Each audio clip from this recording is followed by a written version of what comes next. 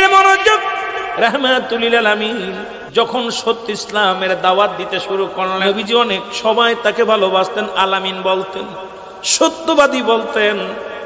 নবী কি ভালোবাসতেন? রাসূলুল্লাহ যখন কালেমার দাওয়াত দেওয়া শুরু করলো, কালেমার দাওয়াত যখন দেওয়া শুরু করলো, তখন রাসূলুল্লাহর শত্রু হয়ে গেলেন সবাই নিজের আপনজনেরা। এ মুসলমান, গভীর মনোযোগ। কারবালা থেকে আমাদের শিক্ষা নেওয়ার দরকার। এই জন্য একটু কথা আমি বলে যাই। হুসাইন ডাকতে বলে, যাই না জয়নাব রে, আমি যাব যুদ্ধের ময়দানে। আহলে সুন্নাতুল জামাতের ভাইয়েরা যারা আছেন সবাই আলোচনাটু খুব ধীর গতিতে মনোযোগ দিয়ে কয়েক মিনিট আলোচনাটা শুনবেন। হুসাইন রাদিয়াল্লাহু তাআলা যখন শিশু আসগর দুনিয়া থেকে বিদায় হয়ে গেল, বিদায়ের পরে আলী আকবর, আমার মুসলমান হুসাইন রাদিয়াল্লাহু তাআলার বড় সন্তান আলী আকবর দুনিয়া থেকে বিদায় হয়ে গেলেন। রক্তের পেয়ালা পান করলেন, পানির বদলে রক্তের পেয়ালা পান করলেন। নিষ্ঠুর বাইরি, শুনে নেন, দিলের কান্ডা লাগা শুনে নেন। এই কথাটা আমি কেন বলতেছি? আজকে আহলে সুন্নাতুল জামাতকে বোঝানোর জন্য। আমার ভাইয়েরা, আলী আকবর বাড়ি ফিরে আসলেন, এসে ডাকতে বলে, মা দুঃখিনী মা গো, একটু পানি দাও। আলী আকবর যখন পানি চাইলেন, ও মুসলমান সারা বানু ভিতর থেকে ডাকতে বলে, আকবর রে, পানি যদি দিতে পারতাম তোমার ভাইয়ের মোরা মুখখানা আমার দেখা লাগতো না। এই পিপাসায় কাতর হইয়া তোমার ভাই দুনিয়া থেকে বিদায় হয়ে গেছে। পিপাসায় কাতর হইয়া তোমার ভাইকে আমি বিদায় করে দিছি। আমি দুঃখিনী মা, আমার সন্তান কারায়া আমি সহ্য করতে পারি না। আজকের ওই যদিন ভাইয়ের মায়ের কান্না দেখে বুকটা ফেটে যায়। মা দুঃখিনী বলে, বাবারে, এই মাসের বেতন পেলে আমার সন্তান ফোন দিয়ে বলেছে এই মাসে যখন বেতন পাবো মা গো তোমার জন্য ডাউল চাউল কিনে নিয়ে আসবো। গত মাসের বেতন পায় নাই, সন্তান 2000 টাকা হাওলাত করে মাকে দিছে, মা এটা দিয়ে তুমি খরচ করো। যুবক ভাইরা, সাংবাদিকরা যখন তাকে বলেছে চট্টগ্রাম থেকে আমার ভাইরা সাহায্য সহযোগিতা নিয়ে গেছে, তখন দুঃখিনী মা কেঁদে কেঁদে বলতেছে, বাজান রে, আমার কলিজার টুকরা সন্তান বলেছে, মা গো আর কটা দিন ধৈর্য ধরো গো মা, এই মাসে যখন বেতন আসবে তোমার জন্য কাপড়, তোমার জন্য ডাউল চাউল নিয়ে আসবো মা গো।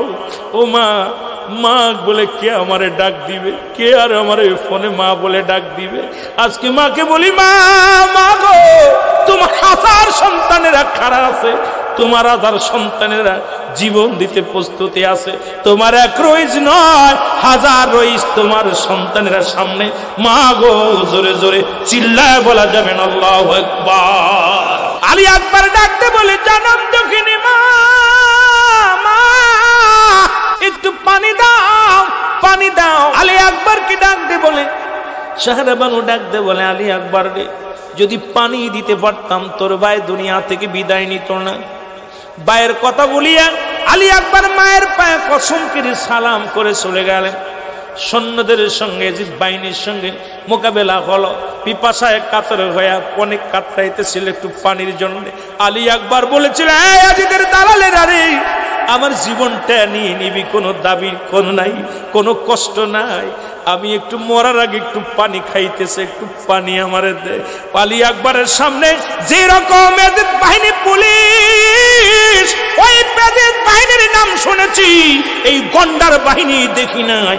সেই গন্ডার বাহিনী পিপাসার পানি যদিও তার শত্রু হয়, যদিও কোনো মানুষ মুসলমান পিপাসিত পানির জন্য আমার ভাই মুখটা যখন আগায় দিছি, একটু পানির জন্য ছটফট করেছিল রে।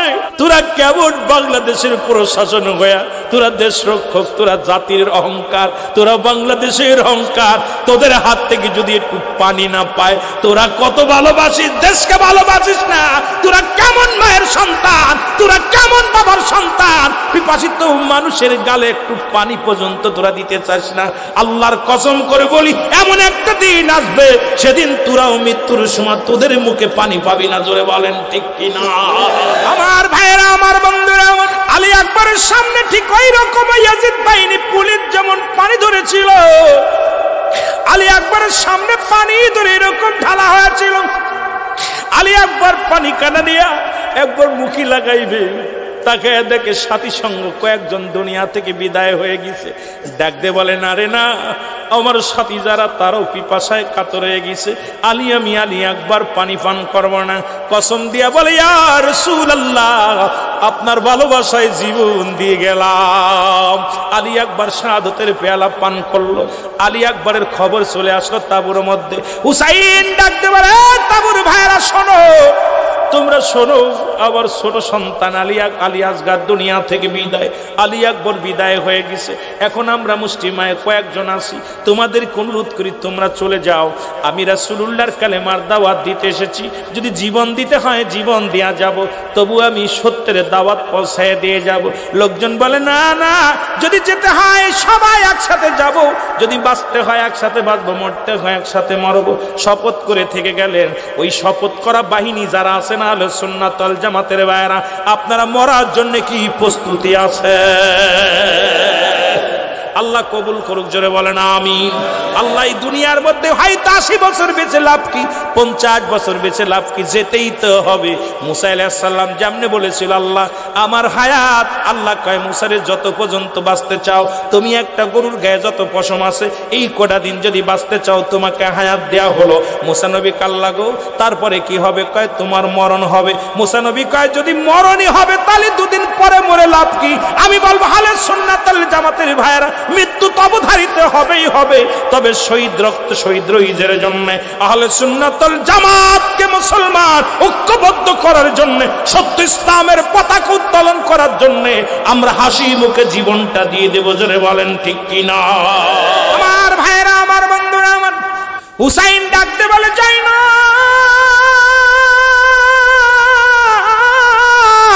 জয়নাব রে, আমি তোমার কাছে 2টি কথা বলে যাই রে জয়নাব।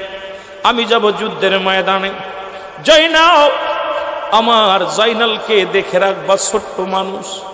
আজকে ইতিহাস দেখলাম আপনাদের অবরোধের মধ্যে ছোট ছোট মাসুম বাচ্চাগুলো, প্রতিবন্ধী ভাইয়েরা রাস্তায় নেমে গেছে। আমি দেখলাম নেটের মধ্যে ছোট্ট কয়েকটা ছেলে দেখলাম, স্কুলের ছেলেরাও, তারাও দেখি নারায়ে রিসালাত কালেমা মাথার মধ্যে বাঁধা, নারায়ে রিসালাত ইয়া রাসূলুল্লাহ বলে চিল্লাইতেছে। সামনে যায় প্রাণটা ভরে গেছে। ওই জয়নালের কথা মনে পড়ে গেল। হুসাইন বলতেছিল জয়নাল রে তুই ছোট্ট মানুষ, সকিনারে বলতেছিল সকিনারে, জয়নাল ছোট মানুষ, তারে রেখে গেলাম, কারণ ইসলামের জন্য রেখে গেলাম। সেদিন জয়নাল বলেছিল বাবাজি আমাকে রেখে লাভ কি, মরে তো যেতেই হবে। আরে রাসূলুল্লাহর প্রেমের মালা গলায় দিয়ে যদি মরতে পারি আমি জয়নালের জীবন ধন্য। বাবাজি আমিও যাব যুদ্ধের ময়দানে রে বাবাজি। আজকে দেখলাম চট্টগ্রামের জমিনে ওই জয়নালের আদর্শই যে ছোট ছোট মাসুম বাচ্চাগুলো রাস্তার মধ্যে নারায়ে রিসালাত ইয়া রাসূলুল্লাহ স্লোগানে পাগল বানাইতেছে। জোরে বল আল্লাহু আকবার। হুসাইন ডাকতে বলে জয়নাব রে, আমাকে মেরে ওরা ক্ষত করে ফেলবে, ওদের দিলে কোনো মায়া নাই। আরে আমার রইজের বুকের ভিতর দিয়ে রক্ত বাইর হয়, গাল দিয়ে রক্ত বাইর হয়। স্বীকারোক্তি কেমনে নিল, কত কষ্ট দিয়ে তারে মৃত্যুটা দিল, আর তাদের দিলের মধ্যে কোনো মায়া নাই। ওদিন হুসাইন বলেছিল জয়নাব রে ওদের দিলে কোনো মায়া নাই, আমাকে মেরে ক্ষত বিক্ষত করে ফেলবে।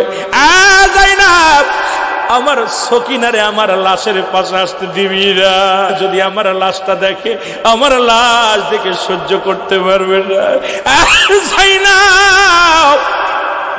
জয়নাব রে আমার সকিনারে আমার লাশের পাশে আসতে দিবি না। জয়নাব রে দ্বিতীয় দাবি শুনে রাখো জয়নাব, ও জয়নাব শুনে রাখো, যদি বেঁচে থাকো দুনিয়ার মধ্যে পৃথিবীর কোন রাজা বাদশার কাছে আমাদের বিচারের দাবি নিয়ে যাবি না। যদি বেঁচে থাকো রে জয়নাব রাসূলুল্লাহর রওজা পাকে যায় আমি হুসাইনের সালাম কানি পৌঁছায় দিবি, আসসালামু আলাইকুম নানাজি, মায়া আসসালামু আলাইকুম নানাজি, আমার নানার রওজা পাকে আমার সালামটা পৌঁছায় দিবি। জয়নাব, জয়নাব রে শুনে রাখো রে, জলদি যাও, আমার নানাজির পাগড়ি মোবারক নিয়ে আসো। সেদিন জয়নাব পাগড়ি মোবারক নিয়ে আসলেন, মুসলমান পাগড়ি আনিয়া হুসাইনের হাতের মধ্যে দিলেন। হুসাইন হাতের মধ্যে ধরিয়া চিৎকার মেরে বলেছিল, নানাজি ইয়া মুহাম্মাদান, ইয়া মুহাম্মাদান নানাজি, আমি হুসাইন আপনার পাগড়ি মোবারক হাতের মধ্যে নিলাম। যতক্ষণ পর্যন্ত আমি হুসাইনের ভিতরে জান থাকবে, আমি হুসাইনের ভিতরে শ্বাস প্রশ্বাস থাকবে, ততক্ষণ পর্যন্ত যেন আমি বাতিলের কাছে মাথা নত না করি। এই হুসাইনের সৈনিকেরা রে, আজকে এই হুসাইনের সৈনিকেরা গোটি বাংলার জমিন থেকে শপথ করব, এই দেহের মধ্যে যতক্ষণ পর্যন্ত জান আছে সত্য ইসলামের জন্য জীবনটাকে বাজি রাখবো। জোরে জোরে বলেন ঠিক কি না? আরো জোরে জোরে চিল্লায় বলেন ঠিক কি না? জাগো সুন্নি মুসলমান, জাগো সুন্নি মুসলমান, জাগো। এর ময়দানেতে প্রমাণ হবে, ময়দানেতে তোমার আছে কি মান, জাগো সুন্নি মুসলমান। এ মুসলমান গভীর মনোযোগ। হুসাইন শপথ করেছিল রাহমাতুল লিল আলামিনের পাগড়ি মোবারক ধরে, আমরা শপথ করেছি রাসূলুল্লাহর সত্য আদর্শ বুকে ধারণ করে। যদি বলেন ঠিক কিনা? হুসাইন সেদিন বলেছিল, জয়নাব আমার বাবা জানের জুলফিকার মোবারক নিয়ে আসো।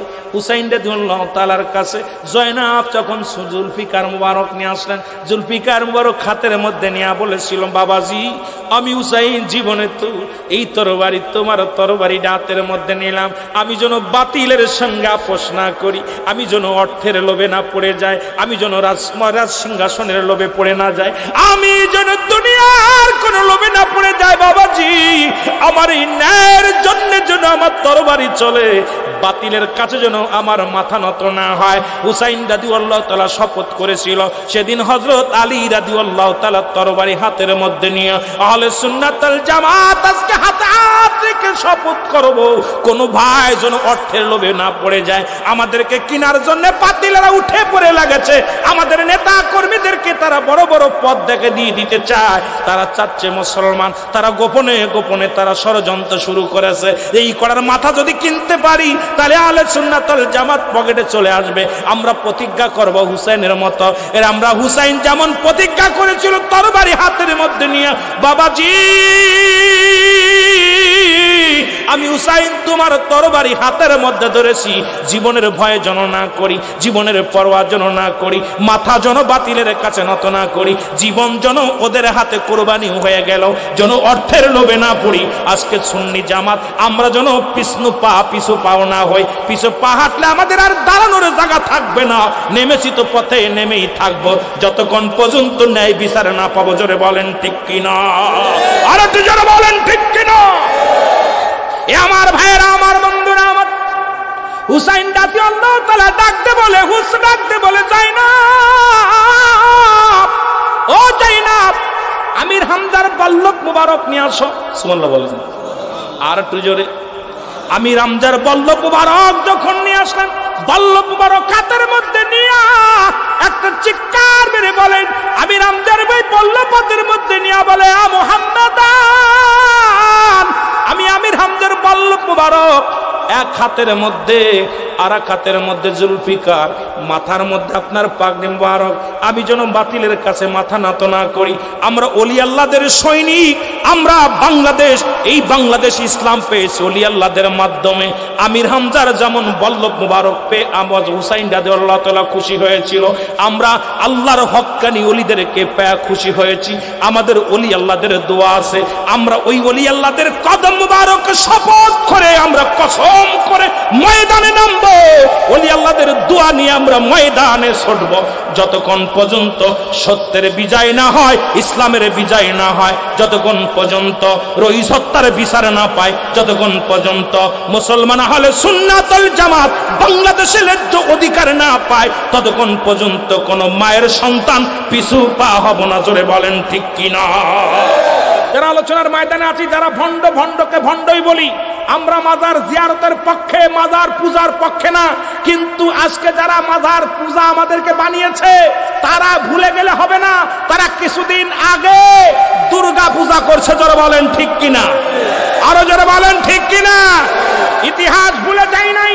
প্রত্যেকের মোবাইলে ধারণা আছে, আপনারা মন্দিরের সামনে যা দুর্গার পাশে যে দোয়া করেছেন, আপনারা দুর্গাকে সামনে নিয়ে নামাজ পড়েছেন, আপনারা দুর্গা পাহারা রাত করে দিয়েছেন। আমরা দুর্গা পূজারি নই, আমরা আল্লাহর ওলিদের মাজার জিয়ারত করি, আমরা পূজা করি না। জোরে বলেন ঠিক কিনা। দাড়িওয়ালা টুপিওয়ালা দেখে ভুলে যাবেন না, দামেস্কের মুসলিম ইমাম ছিল ইয়াজিদ তারেবালুরা রহমাতুল্লাহ আলাইহি, কথা বুঝেননি? আর তার ওই মসজিদের মুয়াজ্জিন যিনি ছিল, হুসাইনকে ধরলো। হুসাইন সেদিন চিৎকার মেরেছিল। হুসাইন যখন চিৎকার মারা পর ওর দিলে মায়া হয় নাই। রইস ভাই যখন আঘাতপ্রাপ্ত হয়ে অনেকবার অনুনয় বিনয় করেছিল যে আপনারা সাক্ষী নিয়ে আসেন, প্রমাণ নিয়ে আসেন, আমাকে মারেন না, ওদের দিলে মায়া হয় নাই। হুসাইন রাদিয়াল্লাহু তাআলা অনেকবার কাকুতি মিনতি করেছে, ওদের দিলে মায়া হয় নাই। হুসাইন তখন থুতু মেরেছিল মুখের ভিতরে। হুসাইন বলতেছিল, আমি স্বপ্নে দেখেছিলাম আমার নানাজি বলতেছিল যে ওই কারবালার কালো ডুরা কাটা কুকুর তোমার পায়ের মধ্যে কামড় দিছে, তুমি সেই কুকুর, সুতরাং তোমার দিলে কোনো মায়া থাকবে না। আমি মনে করি যারা রইসকে হত্যা করেছে তারা কোনো মানুষ নয়, তারা ওই কারবালা প্রান্তরের কুকুর। যারা বলেন ঠিক কিনা। ওই সেমর বাহিনী, ওই সেমরের দলে কোনো দয়া ছিল না, সেমরের দলে কোনো মায়া ছিল না। ওরা ছিল ইয়াজিদের পাঁচটা গোলাম, পাঁচটা কুত্তা। জোরে বলেন ঠিক কিনা। আর এই পাঁচটা কুত্তাগুলো এই পৃথিবীর মধ্যে নিরীহ একটা মানুষকে দুনিয়া থেকে বিদায় করে দিয়েছে। জোরে বলেন ঠিক কিনা। আমার ভাইয়েরা, হুসাইন রাদিয়াল্লাহু তাআলা বলতেছিল, সেমর আমাকে তুই মারিস না, কিন্তু কোনো কথা তার কাজে আসে নাই, কারণ ওর দিলে তো অর্থের মায়া, তার দিলে আছে আপনার সম্পদের মায়া। সেদিন হুসাইন কেঁদেছিল আর বলেছিল কি, ওই বুঝি রে নানাজিম ডাকিতেছে আমায়, ওই বুঝি রে নানাজিম ডাকিতেছে আমায়, সে মূর্তরে বিনাই করি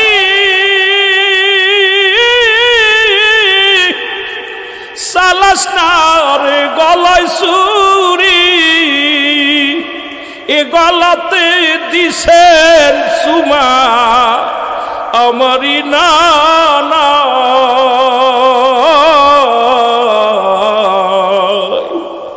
ওই বুঝি রে নানাজিম ডাকিতেছে আমায়।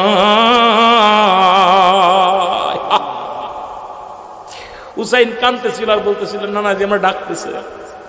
আর এই গলায় চুমা দিছে। রইস ভাই দেখেন মৃত্যুর আগে একটা গজল গাইছে, রাসূলের জন্য জীবন দিতে, একদম রাসূল যদি নবী পাই তোমার দিদার জীবন দিয়ে দিব, নবী যদি চাও তুমি জীবন দিয়ে দিব। আর এই গজলটা গাইছে নবীর ভালোবাসায়, শাহাদাতের পেয়ালা পান করছে। আমার ভাইরা, আমার বন্ধুরা, হুসাইন রাদিয়াল্লাহু তাআলাকে শাহাদাতের পেয়ালা পান করানো হলো।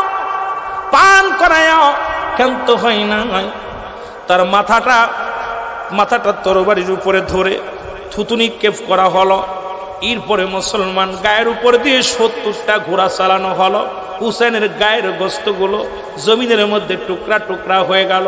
হুসাইনের প্রতিটা টুকরার মধ্যে সেদিন আওয়াজ শুনতে পেয়েছে কারবালার মানুষগুলো, ইয়া মুহাম্মাদান ইয়া মুহাম্মাদান ইয়া মুহাম্মাদান। এ মুসলমান, গভীর মনোযোগ।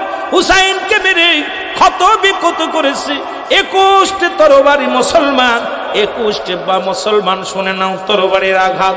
পৃথিবীর মধ্যে 72টি তীরের আঘাত। মুসলমান শুনে নাও 33টি বল্লভের আঘাত এই পৃথিবীর মধ্যে তার গায়ের মধ্যে মারা হয়েছে। পণ্যের কাপড়টা পর্যন্ত খুলে নেওয়া হয়েছে, পণ্যের কাপড়টা পর্যন্ত হুসাইনের গা থেকে খুলে নেওয়া হয়েছে। তবু হুসাইন সত্যের জন্য লড়াই করে গেছে। আর সুন্নি জামাতের ভাইরা হুসাইনের সৈনিক, কারণ আল হাসান আল হুসাইন হবে জান্নাতীদের সরদার। সুতরাং যুবকদের সরদার হবে আল হাসান আল হুসাইন।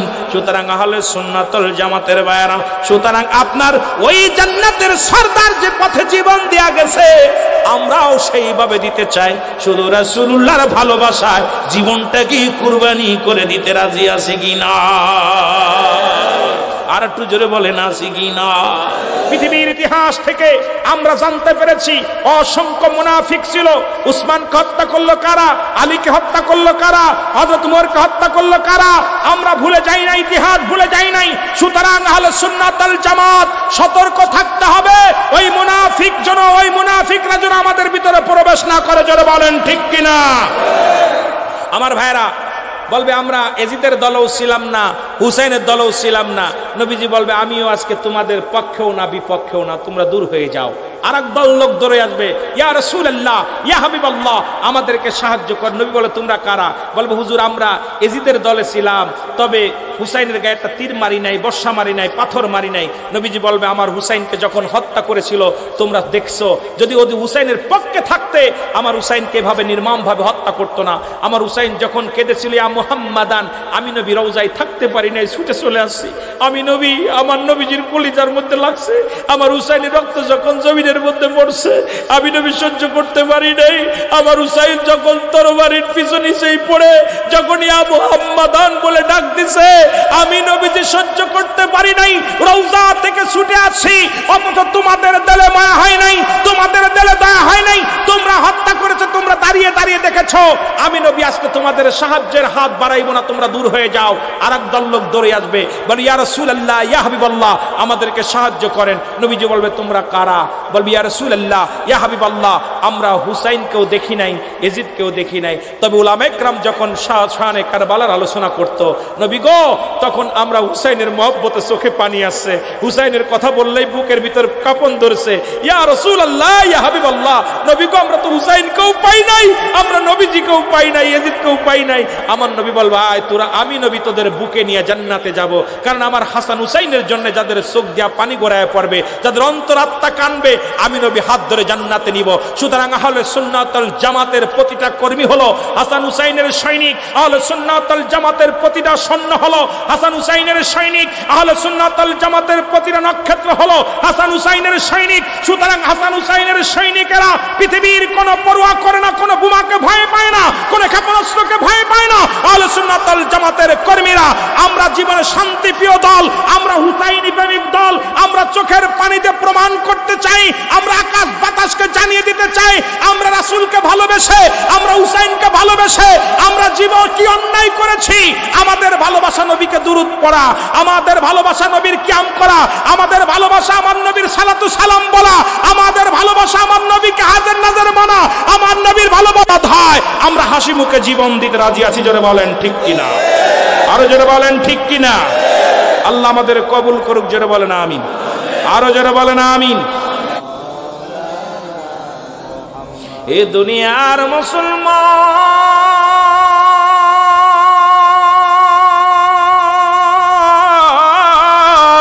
বলতেছিলাম তওবাকারী আল্লাহ ভালোবাসে, তওবাকারীকে পছন্দ করে, তওবাকারীর গুনাহ আল্লাহ মাফ করে দেন।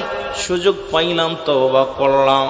দুইটা টাইমে মানুষের মরণ হয়, একটা হলো রাতের বেলা, একটা হলো দিনের বেলা। দিন শুরু করে সাল্লাহ নামাজ দিয়া, রাতও শুরু করে সাল্লাহ নামাজ দিয়া। আলহামদুলিল্লাহ, যেহেতু আপনারা চট্টগ্রামের মানুষ, আপনারা মুসলমান, শুনে নেন, এলাকার মানুষগুলো খোদাবিও বেশি, খোদার প্রেমিক বেশি। যেহেতু আমরা রব্বে কারিমের গোলাম, ভাই বলছে সবই তো সুন্নি জামাতের ভাইয়েরা। আমার কমিটির ভাইয়েরা বলছে অসংখ্য সুন্নি জামাত এখানে ভরপুর, নবীর আশেকে ভরপুর। সেহেতু নামাজের ওয়াজ তো করাই লাগে না। যেহেতু আজকে ওয়াজ করা লাগবে আপনাদেরকে নিয়ে, কাদের নামাজের ওয়াজ করার দরকার?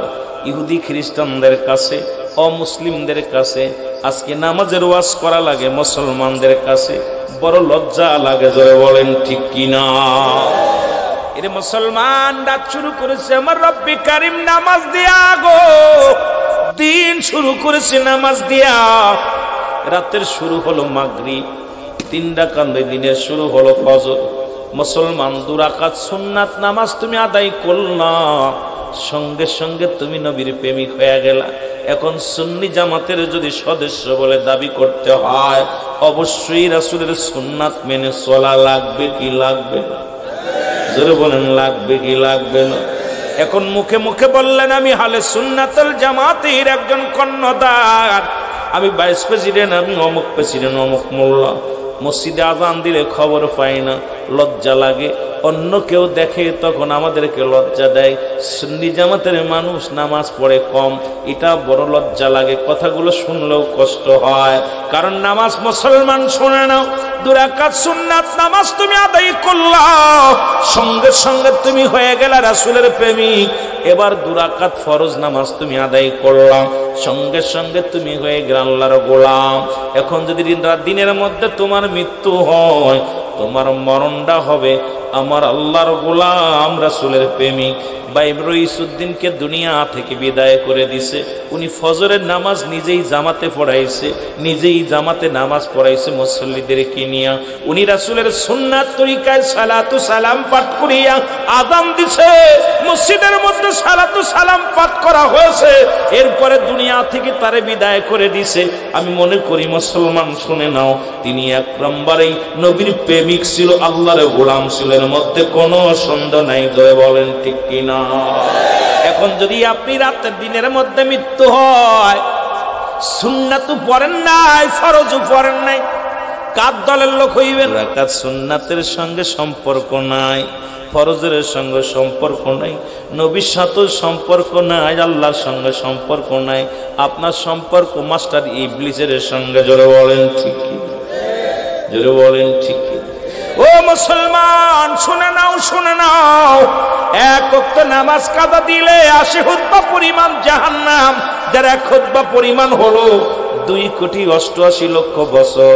এখন আপনার জীবন থেকে যত নামাজ চলে গেল, এই নামাজের হিসাব যদি রব্বে কারিম ধরে, বাঁচা সম্ভব নয়। জোরে বলেন ঠিক কি না? আর একটু জোরে জোরে চিল্লায় বলা যাবে না ঠিক কি না? এ ভাইরা আমার, বন্ধুরা আমার, এবার দিন শুরু করেছি, মৃত্যুবরণ করি না, রাত শুরু করেছি, মৃত্যু হবে, এর মধ্যে কোনো সন্দেহ নাই। কত মানুষ রাতের অন্ধকারে দুনিয়া থেকে বিদায় হয়ে যায়, রাত্রে ঘুমায়, সকালে মরা মানুষ। কারণ দুনিয়া থেকে কখন আল্লাহ রাব্বুল আলামিন নিয়ে যাবে। তবে 2টা টাইমে মরণ, একটা হলো রাত, একটা হলো দিন। দিন তো শেষ করলাম, রাত তো শুরু করেছি, 10টা পার করে ফেলেছি। মরণ হয়ে যেতে পারে যে কোনো মুহূর্তে। মুসলমান শুনে নাও, এর রাতের শুরু হলো মাগরিব। বান্দা সারা দিন ভরে কর্মস্থলে ঘোরাঘুরি করছো, আল্লাহর অক্সিজেন নিছো, হাওয়া বাতাস গ্রহণ করেছো, জমিনের মধ্যে বিচরণ করেছেন, কত পদ্মা নদী দিয়া মাছ মেরেছেন, সাগরের মাছ মেরেছেন, কত কি করছেন রে বান্দা। ও বান্দা, মাগরিবের 3 রাকাত ফরজ নামাজ তুমি আদায় করলা, সঙ্গে সঙ্গে তুমি হয়ে গেলে আমার আল্লাহর গোলাম। এবার 2 রাকাত সুন্নাত নামাজ তুমি আদায় করলা, সঙ্গে সঙ্গে তুমি হয়ে গেলে আমার রাসূলের প্রেমিক। এখন যদি রাতের মধ্যে মৃত্যু হয়, তোমার মরণটা হবে আল্লাহর গোলাম, রাসূলের প্রেমিক। জোরে বলেন ঠিক কিনা? অথচ এই নামাজের জন্য রাহমাতুল লিল আলামিন দুনিয়ার মধ্যে কত কষ্ট করেছে নামাজের জন্য। ও যুবক, রাসূলুল্লাহ বললেন, সাহাবীরা, আমি তোমাদের এমন একটা আমল দিয়া দিব, যেটা আমল করলে আমি নবী তোমাদের হাত ধরে জান্নাতে নিব। এখন আমি হাত উঠাইতে বলবো, কে কে রাসূলুল্লাহর সঙ্গে জান্নাতে যেতে চান? একটু 2 হাত প্রসারিত করে দেখা দে। রাসূলুল্লাহ বললেন, সাহাবীরা রে, তোমরা যদি কোনো ব্যক্তি 5 ওয়াক্ত নামাজ, 5 ওয়াক্ত সালাত সময় মতো, ওক্ত মতো আদায় করতে পারো, আমি নবী ওয়াদা করলাম হাত ধরে জান্নাতে নিয়ে যাব। কার কথা? নবীজির কথা। রাসূলুল্লাহ বললেন, এর মধ্যে সবচাইতে গরীব একজন সাহাবী, নাম হলো আব্দুল্লাহ আনসারী। নাম কি? জোরে বলেন, নাম কি? যেমন আপনাদের অনেকে এখানে অনেক সারা দিন ধরে মাছ ধরে, অনেক গরিব মানুষ আছে, আবার ধনী মানুষ আছে না? এইরকম গরিব একজন সাহাবী, নাম হলো আব্দুল্লাহ আনসারী। আনসারী রাসূলুল্লাহর ওয়াজ শুনতেছে। হুজুর নামাজ শেষ করিয়া সাহাবীদের নিয়ে বর্ণনা শুরু করলেন। এর মধ্যে দেরি হয়ে গেল, আলোচনা শেষ করতে একটু সময় লাগছে। রাসূলের সাহাবী বাড়ি গেলেন, বিবি ডাক দিয়ে বলে, স্বামী রে, আপনারা তো রাত হলো কেন, দেরি হলো কেন? বিবি ডাক দিয়ে, আপার স্বামী ডাক দিয়ে বলে, বিবি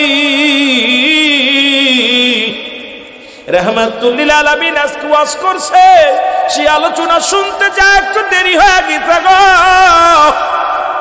বিবি ডাক দিয়ে বলে, স্বামী রে, কি ওয়াজ করছে আগে বলেন। আমাদের এই বিবিগুলো কি বলে আর নবীর সাহাবীদের বিবিরা কি বলেছে দেখেন না। নবীর সাহাবীদের বিবি আব্দুল্লাহ আনসারীর বিবি ডাক দিয়ে বলে, স্বামী। আমার ভাইরা, আমার বন্ধুরা, আমার ডাক দিয়ে বলে, বিবি স্বামী। রাহমাতুল লিল আলামিন কি ওয়াজ করছে বলেন। বলে, স্বামী রে, বিবি রে, আমার নবী আজকে ওয়াজ করছে, যদি কোনো ব্যক্তি 5 ওয়াক্ত সালাত, 5 ওয়াক্ত নামাজ সময় মতো ওক্তে মতো আদায় করতে পারে, রাসূলুল্লাহ তার হাত ধরে জান্নাতে নিয়ে যাবে। বিবি ডাক দিয়ে কয়, স্বামী, জীবন আপনার কাছে বাড়ি চাই না, গাড়ি চাই না, সম্পদ চাই না, কোন আপনার কাছে কোনো বালাখানা চাই না। আপনার কাছে ছোট্ট একটা দাবি, যেহেতু আপনি আমার স্বামী, আমি আপনার স্ত্রী, আপনার কাছে আমি একটা দাবি করব, সেই দাবিটা হলো আমাকে একটু সুযোগ করে দিবেন, আমিও যেন 5 ওয়াক্ত সালাত, 5 ওয়াক্ত নামাজ সময় মতো আদায় করে আমিও যেন রাহমাতুল লিল আলামিন আপনার সঙ্গে জান্নাতে যেতে পারি। এ মুসলমান, গভীর মনোযোগ, দিলের কান্ডা লাগা শোনো গো। আব্দুল্লাহ আনসারী বলে, স্বামী, জীবনে কিচ্ছু চাই না আমি, আমাকে একটু সুযোগ করে দিবেন, আমিও যেন 5 ওয়াক্ত নামাজ, 5 ওয়াক্ত সালাত সময় মতো ওক্ত মতো আদায় করতে পারি। জোরে বলা যাবে না? আমার নবীজি প্রতিদিন আব্দুল্লাহ রাসূলুল্লাহর পিছনে নামাজ আদায় করে, আগের কাতারে দাঁড়ায় যায়, সালাম শেষ করিয়ে রাসূলুল্লাহ তাকায় দেখে আনসারী নাই। আমার নবী ডাক দিয়ে বলে, সাহাবীরা রে, আমি প্রতিনিয়ত দেখি আমার আনসারীকে জামাতে আসতে, কিন্তু জামাত শেষ না হতে হতেই আনসারীর চেহারা দেখতে পাই না। সাহাবীরা বলে, হুজুর, নিশ্চিত কোনো দুনিয়ার কোনো ঝামেলা আছে, দুনিয়ার কোনো কাজে ব্যস্ত আছে। আমার নবী বললেন, আমি নিজেই যাব, খবর নিব আমার আনসারীর কি হয়েছে। রাসূলুল্লাহ চলে গেলেন আনসারীর বাড়িতে, সালাম দা, আসসালামু আলাইকুম, আসসালামু আলাইকুম হালাল বাইত। একবার নয়, দুবার নয়, 3বার নবীজি সালাম দিলেন, 3বারের একবার উত্তর পাইলেন না। রাসূলুল্লাহ মনে একটু কষ্ট পায় ফিরে চলে আসলেন। নবীজির পিছন থেকে পাশাপাশি যা সালামের উত্তর দেয়, ওয়ালাইকুম আসসালাম ইয়া রাসূলুল্লাহ, ওয়ালাইকুম আসসালাম ইয়া হাবিবাল্লাহ, ওয়ালাইকুম আসসালাম ইয়া রাহমাতাল লিল আলামিন। আল্লাহর নবী ডাক দিয়ে বলে, আনসারী,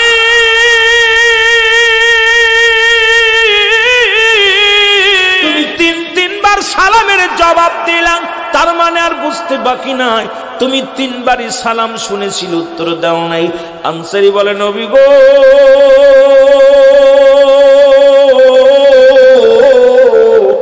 ইয়া রাসূলুল্লাহ, ইয়া হাবিবাল্লাহ, আমি সালামের জবাব কেন দিই নাই, কেন জবাব আমি আপনাকে কেমনে করে দিব? যদি একটু দয়া করে আমার বাড়িতে যাইতেন। রাসূলুল্লাহ বলেন, চলো যাই। রওনা হয়ে গেলেন। আনসারী বাড়িতে যা দরজা খুলে দিলেন। দরজা খোলার সঙ্গে সঙ্গে দেখে রে রাসূলুল্লাহ ঘরের ভিতরে বিশাল একটা গর্ত খোঁড়া। নবীজি বলেন, আনসারী রে, তোমার ঘরের ভিতরে এত বড় গর্ত খোঁড়া কেন? বলে, হুজুর, যখন আপনি আমাকে সালাম দিয়েছিলেন, আমি গর্তের মধ্যে উলঙ্গ অবস্থায় বসেছিলাম, এই কারণে সালামের জবাব নিতে পারি নাই। আমার নবী ডাক দিয়ে বলে, আনসারী রে, কি বলতে চাও? আমার নবী ডাক দিয়ে বলে, আনসারী রে, তুমি কি বলতে চাও? আনসারী বলে, ইয়া রাসূলুল্লাহ, ইয়া হাবিবাল্লাহ, এই কারণে আপনার সালামের জবাব দিতে পারি নাই।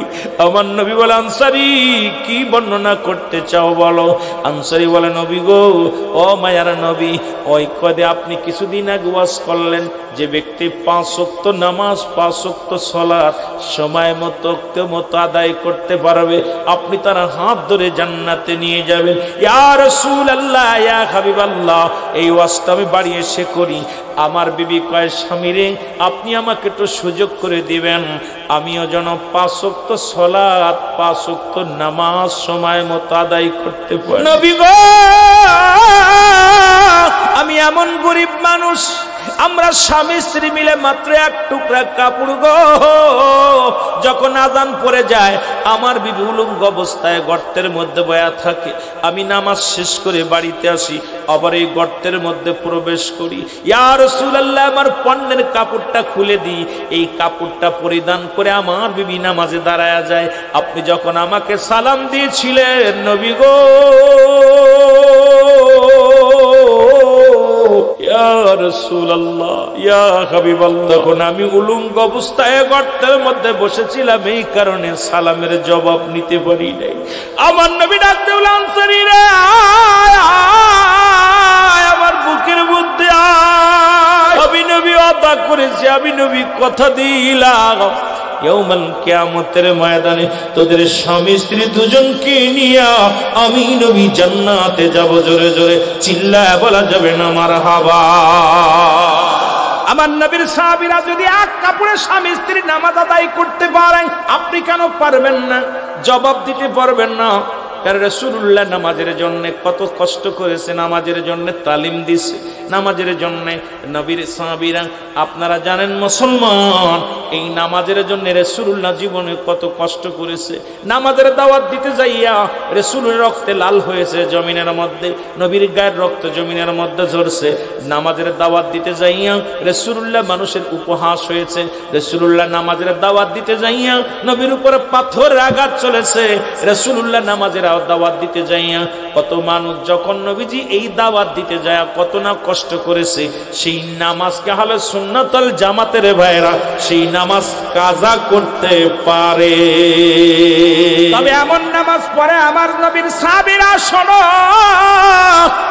রাসূলুল্লাহ একদিন যুদ্ধের ময়দানে গেলেন, সেখানে শত্রুপক্ষ হানা দিবেন। এই ভয়ে রাসূলুল্লাহ ঘর নিজে কি করলেন, আবদ্ধ জায়গা রাসূলুল্লাহ গেলেন। নবীজি বললেন, এই ঘরটা পাহারা দিবা। এই ঘরের ভিতরে রাসূল তাঁবুর ভিতরে রাসূলুল্লাহ রইলেন। রাসূলুল্লাহ তাঁবুর মধ্যে বিশ্রাম করতেছিলেন।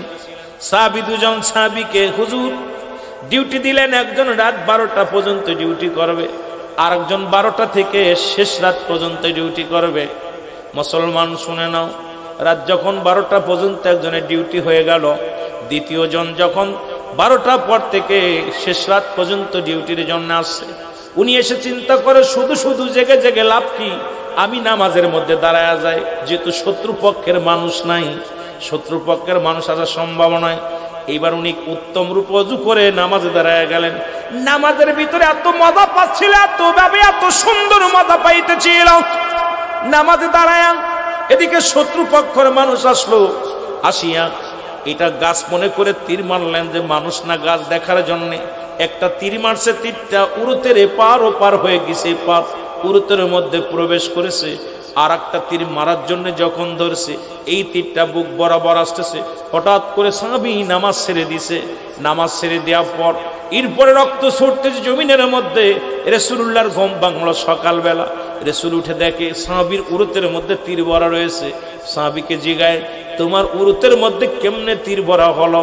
বলে, ইয়া রাসূলুল্লাহ, ইয়া হাবিবাল্লাহ, যখন আমার রাত 12টার পর থেকে ডিউটি শুরু হলো, চিন্তা করলাম শুধু শুধু রাতটা নষ্ট করব কেন, আমি নামাজের মধ্যে কাটায়া দিই। ইয়া রাসূলুল্লাহ, ইয়া হাবিবাল্লাহ, যখন আমি নামাজের মধ্যে দাঁড়াইতেছিলাম, এত মজা লাগতেছিল, এত ভালো লাগতেছিল নবী গো, ইয়া রাসূলুল্লাহ, ইয়া হাবিবাল্লাহ, ওই একটা তীর এসে যখন আমার উরুতের মধ্যে লেগে গেছে, আমি টের পাই নাই। ইয়া রাসূলুল্লাহ, ইয়া হাবিবাল্লাহ, আমার নামাজের ভিতরে এত মজা পাইতেছিলাম, যদি তীর যদি আপনি যদি খালি একমাত্র তাঁবুর ভিতরে না থাকতেন, আপনার উপর আক্রমণ করবে আশঙ্কা যদি আমার না থাকতো, আমার যদি তীর এসে আমার বুকটা ঝাঁঝরা করে দিত, আমি এত সুন্দর মজা পাইতেছিলাম নামাজে, আমি নামাজ ছাড়তাম না। জোরে জোরে চিল্লায় বলা যাবে না মারহাবা। জুলকারনাইন, আল্লাহ তাকে 1600 বছর হায়াত দিয়েছিল। 48 হাত লম্বা লোকটা ছিল। এই লোকটাকে একটা মজুদার ঘোড়া দান করেছিল, যা একটা কদম ফেলাইলে 12,000 মাইল অতিক্রম করত। তাকে আল্লাহ ধূলিসাৎ করে দিছে। ওই আপনার শুনছেন যার কথা বললাম, কার কথা? হযরতে সুলাইমান পয়গম্বর। উনাকে আল্লাহ একটা মুজেদার চেয়ার দান করেছিল। পেট্রোল লাগতো না, ডিজেল লাগতো না, সারা পৃথিবী ঘুরে ঘুরে দেখতো। তাকেও আল্লাহ শেষ করে দিছে। পৃথিবীর মধ্যে কাফের মুশরিকদের মধ্যে দুজন ছিল, একজনের নাম হলো বাদশাহ নমরুদ, ফেরাউন যাকে বলা হয়, আল্লাহ তাকেও শেষ করে দিছে। আরেকজন ছিল বুকতানসর, তাকেও আল্লাহ শেষ করে দিছে। পৃথিবীর মধ্যে চারজন প্রতাপশালী বাদশা বানিয়ে দিয়েছিল আল্লাহ। দেখা যাক এরা আমার পক্ষে থাকে কি না থাকে, এদেরকে আল্লাহ শেষ করে দিছে। সুতরাং তুমিও শুনে রাখো।